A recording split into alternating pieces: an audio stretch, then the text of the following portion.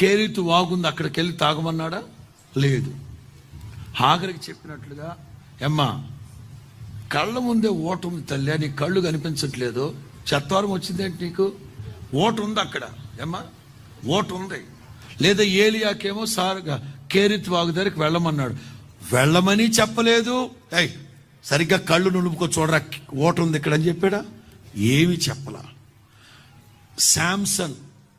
శాంసన్ విరక్తి